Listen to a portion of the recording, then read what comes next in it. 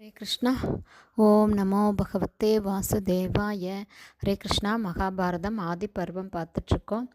இதில் திருதராஷ்டிரனுடைய புத்திரர்களுக்கும் வனத்தில் பாண்டு புத்திரர்களுக்கும் உபநயனம் நடந்தது. அவங்க எல்லாருமே வேதமும் அஸ்திர வித்தையும் கற்றார்கள். இந்த நிலையில் ஆசையின் காரணமாக மாத்திரையை அடைந்த பாண்டு மகாராஜா ரிஷியின் சாபப்படி அப்போதே மரணம் அடைகிறாரு.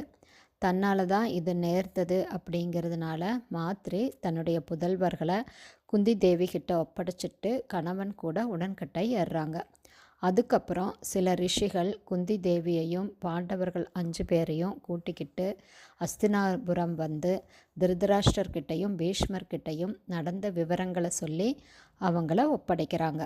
இப்படி அஸ்தினாபுரம் போகும்போது யுதிஷ்டருக்கு வயசு 16, பீமனுக்கு 15 வயசு, அர்ஜுனனுக்கு 14 வயசு, நகுல சகாதேவர்களுக்கு 13 வயசு. அதுக்கப்புறம் 13 வருடங்கள் இவங்க துரியோதன சகோதரர்களோட சேர்ந்து வாழ்கிறாங்க. அரக்கு மாளிகையில் 6 மாதம் இருக்காங்க.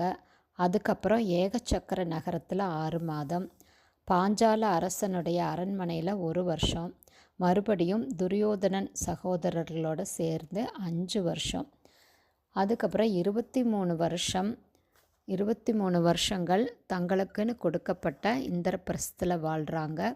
அதுக்கப்புறம்தான் சூதாட்டம் வருது. தர்மபுத்திரன் அதாவது யுதிஷ்டருடைய 59வது வயதில் தான் மகாபாரதத்தில் வரக்கூடிய சூதாட்ட நிகழ்ச்சி நடக்குது. அதுக்கப்புறம் 13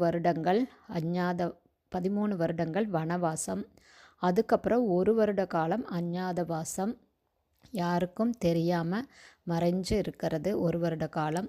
அதுக்கப்புறம் 36 வருடங்கள், அதுக்கப்புறம் இந்த யுத்தத்தில் ஜெயிச்சு 36 வருடங்கள் அவர்களுடைய ஆட்சி நடக்குது. அதுக்கப்புறம் 6 மாதம் கழித்து அபிமன்யுடைய மகன் பரீட்சித்துக்கு பட்டாபிஷேகம் செஞ்சு வைக்கிறாங்க. இப்படி 108 வருடங்கள் வாழ்ந்த யுதிஷ்டர் கடைசியில் மற்ற சகோதரர்களோடு சேர்ந்து சொர்க்கத்துக்கு போகிறாரு அப்படின்னு மகாபாரதம் அவருடைய வயசை பற்றி சொல்லுது. துரியோதனன் யுதிஷ்டரை விட 1 வயது இளையவன், பீமனை விட 1 வயது மூத்தவர்.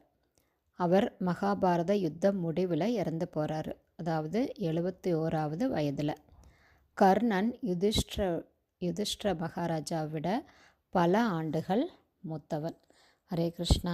இதோட தொடர்ச்சியை நாளைக்கு பார்க்கலாம். ஹரி போல்.